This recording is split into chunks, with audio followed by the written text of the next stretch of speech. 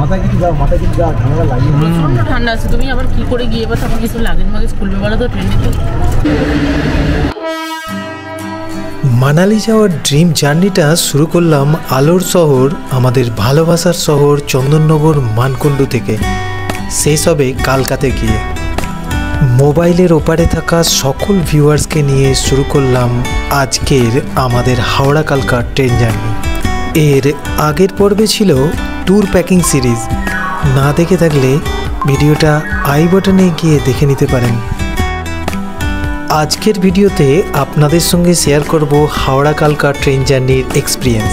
নমস্কার, আমি অনিরুদ্ধ, আপনারা দেখছেন ট্রাভেল উইথ অনিরুদ্ধর সঙ্গে। 11ই ফেব্রুয়ারি 2024 কেমন ছিল আমাদের এই ট্রেন জার্নিটা, তা এই ভিডিও শেষে আপনাদের সঙ্গে সংক্ষেপে শেয়ার করব। আর এই ট্রেন জার্নি করা উচিত কি উচিত নয়, এবং করলেও অন্য কোনো উপায়ে মানালি যাওয়া যেত কিনা, সেটাও ভিডিও শেষে আলোচনা করে দেব। তাই ভিডিওটি স্কিপ না করে আমাদের সঙ্গে থাকার অনুরোধ রইল। হুগলি জেলার মানকুণ্ডু স্টেশন থেকে লোকাল ট্রেন চেপে পৌঁছাতে হবে হাওড়া স্টেশন, তাই উঠে পড়লাম লোকাল ট্রেনে। সময়টা ছিল সন্ধ্যে 7:10। প্রথমবার দূরে কোথাও বেড়াতে যাব, তাই মনের খুশিতে আমাদের ট্রেনের টাইমিংয়ের অনেক আগেই লোকাল ট্রেনে উঠলাম মানকুণ্ডু স্টেশন থেকে। আমার কাজের সূত্রে অনেক বছর ট্রেনে ওঠেনি, তাই লোকাল ট্রেনে উঠতেই আমার নজর গেল লোকাল ট্রেনের পরিষ্কার পরিচ্ছন্নের ওপর। তারপর alert speaker, train arrival display, পর্যাপ্ত ফ্যান, লাইট দেখে মনে হলো রেল কর্তৃপক্ষ আগের থেকে বেশ উন্নত করেছে।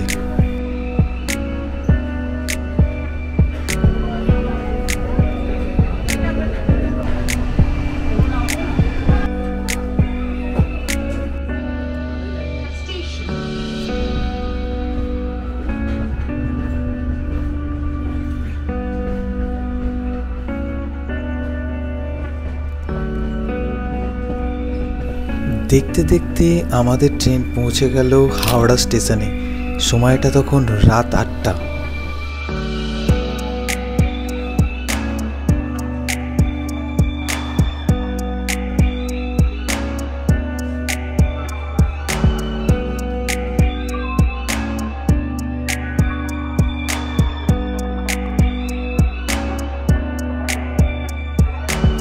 স্টেশন চত্বর থেকে কিছু খাবারের আইটেম তুলে নিলাম।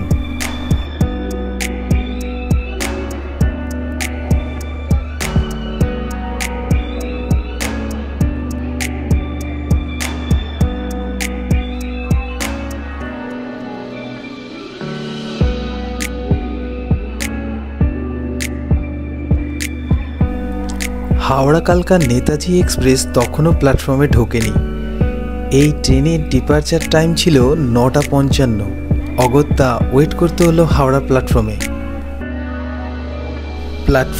ওয়েট করছি, মনে হলো হাওড়া স্টেশন চত্বরটা ঘুরে দেখি। দেখলাম সামনে ফুড প্লাজা, এক্সক্লুসিভ লাউঞ্জ, মানে এখানে রেল কর্তৃপক্ষ একটা সুন্দর ব্যবস্থা করে দিয়েছে। যারা অনেকক্ষণ স্টেশনে ওয়েট করবেন তাদের জন্যে এসি রুমের ব্যবস্থা। অল্প কিছু চার্জেসের বিনিময়ে এই বিরাট সুবিধাটা নেওয়া যেতেই পারে। আরও দেখতে পেলাম হাওড়া স্টেশনে থাকা বহু পুরনো সময়ের বড় ঘড়ি। হাওড়ার এই ঘড়ির ব্যাপারে নস্টালজিক আছে, কারণ হাওড়ার এত বড় স্টেশনে কাউকে সহজে খুঁজতে গেলে আগেকার সময়ে এইটা ল্যান্ডমার্ক হিসেবে ব্যবহার করত।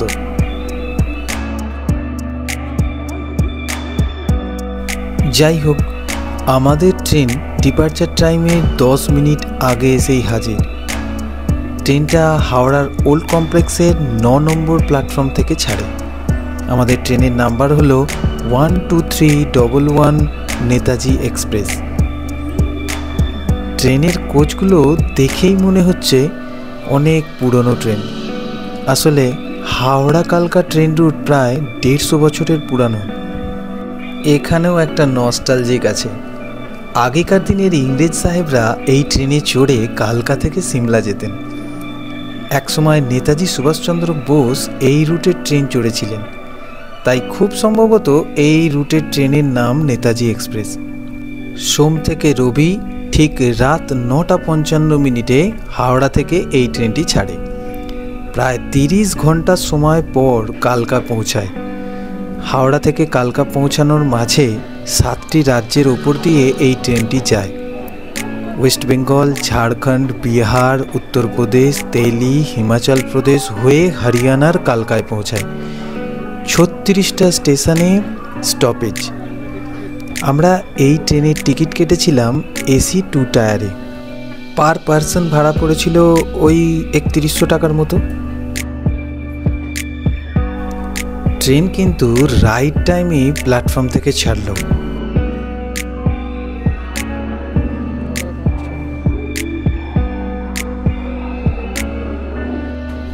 আপাতত হাওড়া স্টেশনকে টাটা জানিয়ে আমাদের ট্রেন আমাদেরকে নিয়ে যাচ্ছে আমাদের ড্রিম ডেস্টিনেশনের দিকে। এবার 30 ঘন্টার অপেক্ষা, তারপর আমরা নামব কালকা স্টেশনে।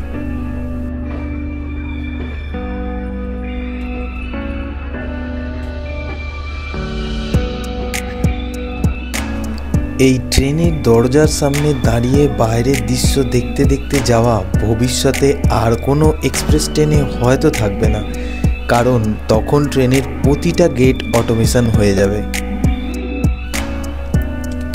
ব্যক্তিগত মতামতে বলছি, হাওড়া কালকা ট্রেনের ভাড়া অনুযায়ী ট্রেনের পরিষ্কার পরিচ্ছন্নতার কোনো মিল খুঁজে পেলাম না। চলুন আপনাদেরকে একটু বেসিন টয়লেটের কাছে নিয়ে যাই, তাহলেই বোঝা যাবে।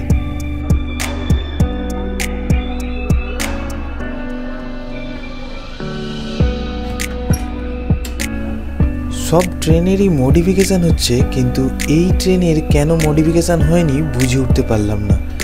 অথচ এই রুটের সব থেকে পুরনো ট্রেন এটা। খাবার দাবার ব্যাপারে বলে রাখি, এই ট্রেনের নিজস্ব ক্যান্টিন তো রয়েছে, চাইলে আপনারা বাইরের কোনো ভেন্ডার থেকে খাবার অর্ডার করতে পারেন। আমরা 11ই ফেব্রুয়ারির রাতের খাবারটা বাড়ি থেকে এনেছিলাম। পরের দিন আমরা ট্রেনের ক্যান্টিন থেকে ব্রেকফাস্ট, লাঞ্চ আর ডিনার অর্ডার করেছিলাম। খাবারের কোয়ালিটি মোটামুটি ছিল।